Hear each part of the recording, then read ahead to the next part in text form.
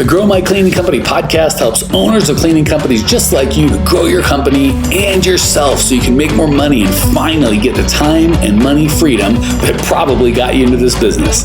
Discover how to automate and create systems that allow you to grow like crazy without losing control. If you dig the show and want to show some love, subscribe, rate, and review on iTunes. It really helps. Enjoy the show. Hello, Clean Nation. Tracey Thompson here, and I am joined by Mr. Jered Robinson, also known as Jered the Hair. Of course, he's got it pulled back today. For those of you who are on the podcast, you can't tell. But say hello, Jered. Hey, Jered here. Jered the Hair. And where it's just for everybody else's sake. Where are you in the world today? I'm in the Dominican Republic, Cabarete, for people who know that area. That's where I live. Oh, very good. Jered just shared with me that he ran on the beach this morning, and everybody go, "Oh, we feel so bad for you." That sounds terrible. My little pink. If you're watching this on YouTube, it's my little pink skin. Just can't handle this heat. Oh, all right. So, Jered, we're going to talk today, everybody, about what we're calling the marketing myths, misunderstandings, mistakes. And really what we're finding in our world here is a lot of cleaning companies that come in and work with us have some old ideas, some misunderstandings about what's working today and what's not. So, Jered, I'd like to just hop right in and ask you, what do you think is right now is one of the number one biggest marketing myths? Yeah, I would say there's a lot of build around like this idea of all I need to do is, this was my favorite one, like hire someone. If I hire someone, all my problems go away. I don't need to do anything myself. Everything just, my phone rings, life's good. That's a big one that I see without any understanding of like, well, who am I targeting? Who do I want? What's my core values? What type of person? What's going to help me grow my business? How can I talk to that person? Like all that stuff gets left off the table. And the idea is all I need to do is put something up and people will call me. That's kind of how that works. So I would say that's probably the number one. Yeah. It's sort of that old, I'll hire somebody and then they'll just throw something up, and it's kind of that you build it and they will come kind of philosophy without really understanding who you're targeting. Right. I think the idea of that, the people like to think like, oh, at least I'm getting my name out there. I think is a quote that I hear. Well, at least I'm getting my name out there. And it's like, you are in 2021, you are wasting money if your idea is at least I'm getting my name out there. Exactly. Oh gosh, you hit that right on the head, Jered. You know, one of the things I hear is, well, you know, exactly to that end, it's like, well, I'm branding. Well, okay, unless you're Pepsi or Nike or Geico or whatever, branding, forget it. There is no such thing as branding. The only branding that you want to do should be associated directly with your campaign's call to action. Like, what are you trying to get them to do? First of all, you got to know, who the heck are you talking to? Who are you talking to? So this leads me to another marketing myth. And tell me, Jered, your thoughts on this. When a lot of our cleaning nation out there tend to want to reach everyone. And so they have these messages that's like, hey, if you've got a building or you've got a house or you've got construction or you've got windows, or like, we do it all. Right. So maybe you can speak a little bit to the marketing myth that targeting wider is better. Yeah, no, that's, what happens is people, because the truth is most cleaning companies are down to clean whatever's going to give them money. Yeah, if I'm a residential cleaner, I don't care. I will clean it. Just pay me. If I'm a commercial, great. You got a business, I'm in. If you're going to pay me, I'm in. And of course, because we feel that way, the idea is, well, I'm going to present that in my marketing. I'm going to say, I'll clean anything. Just give me a phone call. And that's what's going to blend you in with everyone else. Because guess what? That's how everybody else feels. And so there's that term in marketing that's like, if you're talking to everyone, you're talking to no one. And that's the idea, is if you are just noise, if you're just trying to win someone's attention by saying, I'll clean anything, call me. And then your competitor's saying, call me. And your competitor over here saying, no, call me. And it becomes a price bid. And at that point, you're just setting yourself up for failure. Oh my gosh, that's so absolutely true. And Clean Nation, I want you to really hear this. I know we in marketing over here, we beat this drum all the time. But the riches are in the niches. If you aren't niching, and I don't mean just, well, I'll clean anyone with a house or I'll clean anyone with a building. Even that is not enough. You have to really know the person that you're targeting.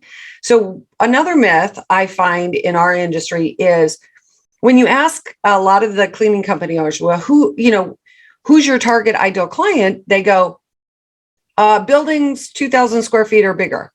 Mm-hmm. Okay, but buildings aren't signing the contract. So buildings are not your ideal client. Uh-huh. So Jered, maybe you can speak to the difference between saying I'm a commercial cleaner and I target buildings over 2,000 square feet and having an avatar niche person. Maybe you can speak more to that. Yeah. So in a couple of the marketing books that I've read, the avatar essentially is someone that you create. So it's like, who is managing this type of building? What type of profession has this type of building? And then you essentially pluck that person out and you put them like on a piece of paper. And it's like one of those, like when you're a kid, you draw those little brainstorming lines from them. And it's like, what is their pain? Who are they? How do they tick? What makes them think? How can I get in their head? And the idea is if you can talk to them as opposed to, hey, buildings that are 2,000 square foot, I'll clean for you. But the idea of, hey, person who manages this building or person who works in this building or person who oversees this, I want to talk to you. And here's my messaging to you. That's how you're going to get in front of these people. And realistically, like that's how you're going to grow a business. I love that. And it's so true. And to even drill a little bit deeper, because I think this is also a confusion or misunderstanding about that. They go, all right, so, okay, Jered, so I'm going to play devil's advocate. So I'm a company owner and now, okay, it's building managers. All right.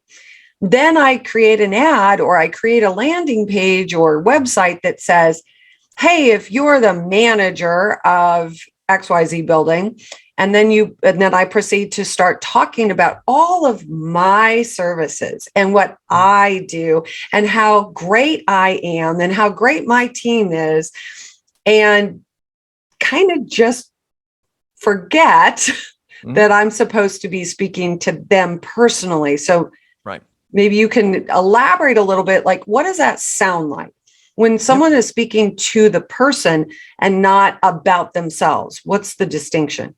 Sure. So it's happening right now.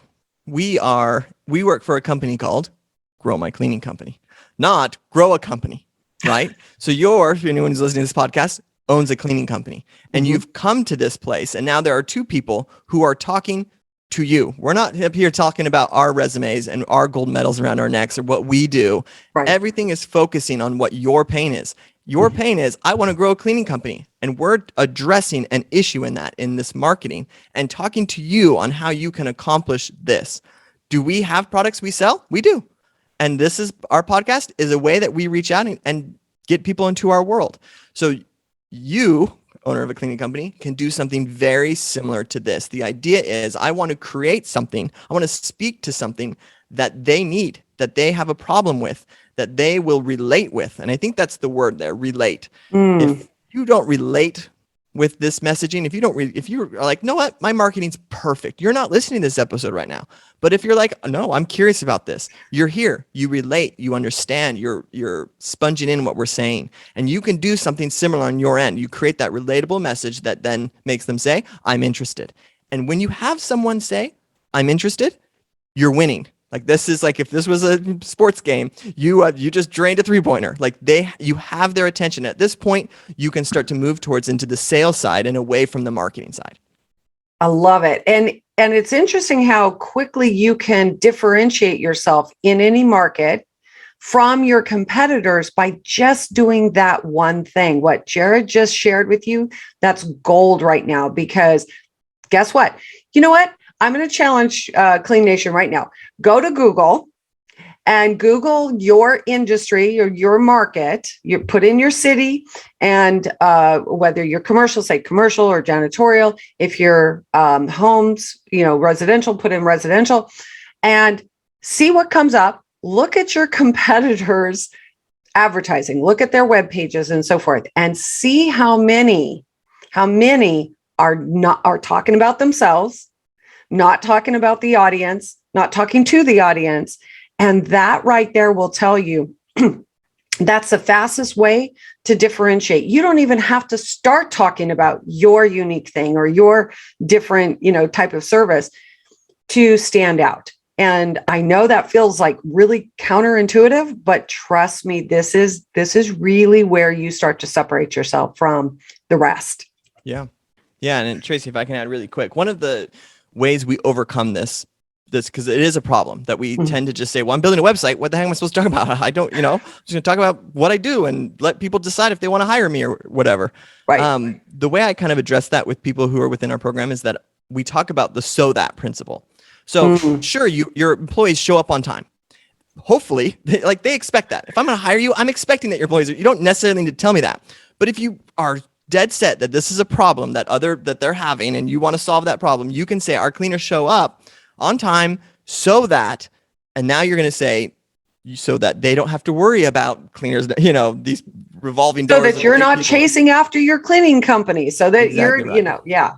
Exactly right. So you put that so that there, and you don't necessarily need to write the whole sentence out, but you're just kind of training your brain to say, like, I'm not just going to say my people are clean, professional or professional. That's a great one. Yeah. Our cleaners are professional. Well, thank goodness. I'm glad I'm not hiring unprofessional cleaners. But the idea is you're like, okay, why would they care that they're professional? Oh, because I think, they probably have struggled with unprofessional cleaners before. And what do unprofessional cleaners do? Oh, they show up late. There's always a new face every time. They might leave doors unlocked if you're commercial. Like, that's the part you want to address so that it's like more about them, relevant to them. So true. Oh my gosh. Clean Nation. Hopefully you're somewhere not driving, but somewhere where you can take some notes, because what we're dropping here is, trust me, is gold. Many of our clients come with full-blown like marketing campaigns and everything that are just generic and not on point. And when we do these tweaks, we go in and we help them hone in on this. I mean, it's magic.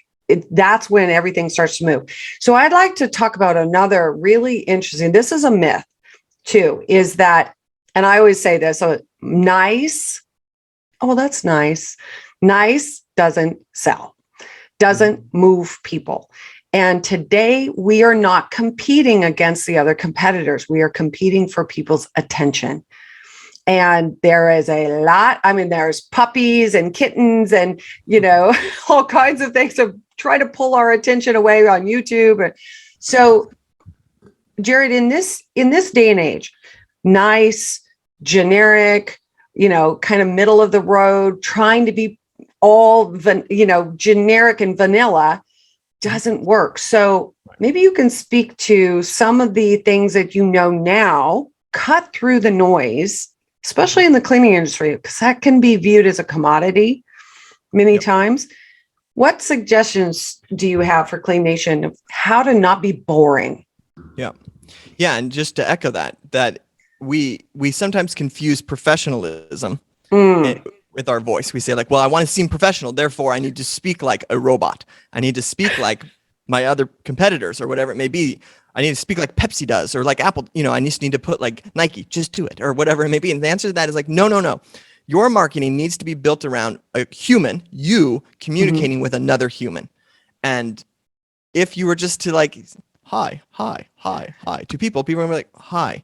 But if you can find a way to get that attention. Now, this is where like that purple cow, I don't know if you've heard of that book, but it's called The Purple Cow. It's like, yep. So you drive by a field and you see all those cows and you can't tell which cow's which. You won't know which cows. And all of a sudden there's this purple cow. Now, is a purple cow normal? No, it's weird. But did it grab your attention? Yes. And like we said before, attention and getting attention is step one. Number two is to get them to say, I'm listening.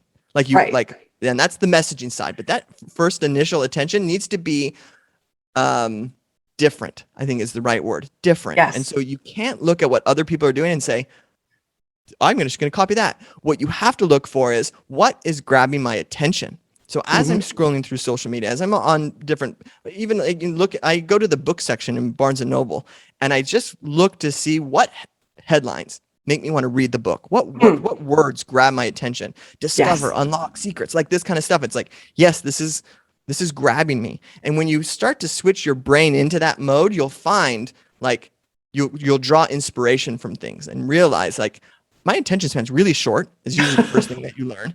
And number two is like, I really appreciate someone who's outside the box here and appreciates that my attention span's really short and they're doing what they can to get it. So that would be kind of my advice in that scenario. Yes, so true. And even further, visually, even just outside the messaging, using stock photos of a hand scrubbing a wall or something like that is also something that will make people go, okay, next, right? And just keep scrolling or not click on your ad. So being generic with your graphics, your visuals, your headlines, all of that matters. So don't be boring. Okay. Don't be forgettable. So grab their attention first. You got to bring them into your world by interrupting the pattern of scrolling, right? That's a main key. I want to talk about something else. This is really pervasive too, Jered. Yeah. Tracey, real quick, can I put you on pause real quick? I'm just gonna so don't forget what you're gonna ask. So that's usually what happens in these scenarios. We forget what we're gonna ask. Yes. But I'm just gonna share with Cleaning Nation here a campaign that I ran maybe 4 or 5 months ago. It was the same thing. Someone came into our program. They were like, this is our numbers. This is where we're at. We're like, terrible. This is not where you should be. We could do better. So we ended up launching a different campaigns. And the one that really stuck was we had branded her as the cleaning fairies. And all the ads talked about, have you not heard about these cleaning fairies? Oh my gosh, you're totally missing out on this amazing thing. Your dishes done, your kitchen is clean, your bathrooms, they're just done. Like this cleaning fairies, they come in, they're amazing. You need to click this link so you can learn more about these cleaning fairies. And her whole landing page was all about these amazing cleaning fairies. Like she didn't talk, we're professional, we do this, we do that. Her whole marketing was around, there's these crazy cleaning fairies going around and you can have them in your home. Just follow this little link here and we'll take care of this for you type thing. And it really stuck and it worked. And when people get on the phone, they would just say like, we love cleaning fairies. This is such a great idea. And I love it. It worked for Keebler cookies, right? With the elves and the trees. Right. So, why not? Right. Yeah, that's right. You can see it's just something that's different, but it's at the end of the day, you're just trying to get customers and customers appreciate that different. Absolutely. And I think that it's interesting how when we really tune in and we go, what am I looking at? What captures my attention? But somehow when we go to do our own marketing, we're like, oh, well, that's fine for them. But, I don't want to do that. That's controversial. Or, oh, that's a little out there. I don't know. What if they judge me? What if they do? The worst thing, here's the worst sin. Here's a sin. Just a downright sin in marketing. Being forgettable. Yep. Being unnoticeable. Being a ghost. That's worse than the occasional hater that goes, oh, that's stupid fairies, whatever. Right. But I bet that when she switched her marketing, people came. Am I right? Yeah. Yeah. The idea is to get someone to buy your services, they need to love. And for love to exist, there's going to be both emotions. There's going to be people who hate it and people who love it. But if you try to go down that middle, you're not going to get anyone who hates or loves. You're just going to fly straight down the middle. Yeah. And that's an issue. You know what? And I think that's just good advice for life. If we intend to be loved, we're going to have to shake a few trees. We're going to have a few people that go, you know what? I don't think I like that hair you got going on there, Jered. Right. And Jered's like, I don't either. I don't know what. Okay. Right. We're going to stop calling you Jered the hair and start calling you Jered the I don't care. There it is. Yeah. So what I was going to say earlier, I didn't forget, is another mistake that I see a lot of cleaning companies make is let's say they finally get somehow they got the people to go to their landing page or go to their website. And right at the top, they're like, ask for a quote or get a free quote here. And that's it. That's all that's at the top is just, get a free quote. Mm-hmm. And I'm just going to leave it there. Jered, let's have your thoughts on that. Sure. So the idea is when we get someone to our website, we are not wanting them to, we don't want to offer them something they don't want, right? Or something, that they don't care about. So anytime, and this is your whole advertising, from your ad to your page to your forms, this whole thing, you want to convince people to take the next step, that the next step is going to make them closer to their solution. So we tend to use ads to kind of kick up the dust on the problems that they have in their current life and what they're doing and what they need. And then they come to the landing page. And the idea is we're going to present us as the solution at that time. So now that we've got your attention, now that you're like, my gosh, this person's in my head, they know the struggles that I'm having. We then say, look, we do know those things and we have solutions for those things. And where's the solution? Right here. So this is where you need to go. This is your next step, is right here. And then, they'll opt in and they'll book appointments and all that kind of stuff because we've told them this is where their solution is. But if you're just like, hey, welcome to the website, want a free estimate? Click here. Like, no. We need to say to them, this is why you need this. This is why you need to come here. And once they understand that, they're going to appreciate that because from their perspective, they're trying to get a problem solved. That's why they're here. So give them the solution. That's so true. And being creative in that too. And just, everybody says, get a free quote. So don't do what everybody else does. We cannot beat that drum enough. You got to be different. Okay, Jered. So we're going to wrap this up. Everybody, Clean Nation, hopefully you got value out of this. This is our intention, just like it should be your intention with your clients or your prospective clients, to offer them value first and have them understand that you get them. Hopefully you've felt that way today. If you're ready and you're like, you know what, I need more help. This is clearly an area that I can grow. I'm ready. I want to acquire new clients. And you want to talk to somebody on our team about that. Go to www.growmycleaningcompany. growmycleaningcompany.com/talk. Yes, talk. Talk. It all starts with the talk. And we'd be happy to talk to you about your plan and your personal growth path. That's it. So, Jered, any parting last words for Clean Nation? If anything from this podcast, it's just be brave. I think is what I would leave with you. Be brave in your marketing and what you're doing, and you'll find that it's really going to work for you. Awesome. All right, Clean Nation. We'll see you on the other side. Well, here we are at the end of the podcast, and you made it. Great job. I've got a little bonus for you for sticking through with me. But like I mentioned before, if you got value out of this podcast and you want to show a little love, subscribe, rate, and review on iTunes, Spotify, wherever the heck you're listening to this thing. Share with a friend. Share the love. And as a special thank you for those of you that stuck with me to the end, how about I give you my personal phone number so we can text? It's a great way for me to get to know you, your business, your goals personally. So shoot me a text now, 602-932-6431. 602-932-6431. I am the only one who responds to these texts, and I will personally respond to everyone I possibly can as long as this number is manned. Don't know how long we're going to keep this at the end of the podcast, so grab it now. 602-932-6431. Give me a text. Say hey. Can't wait to meet you.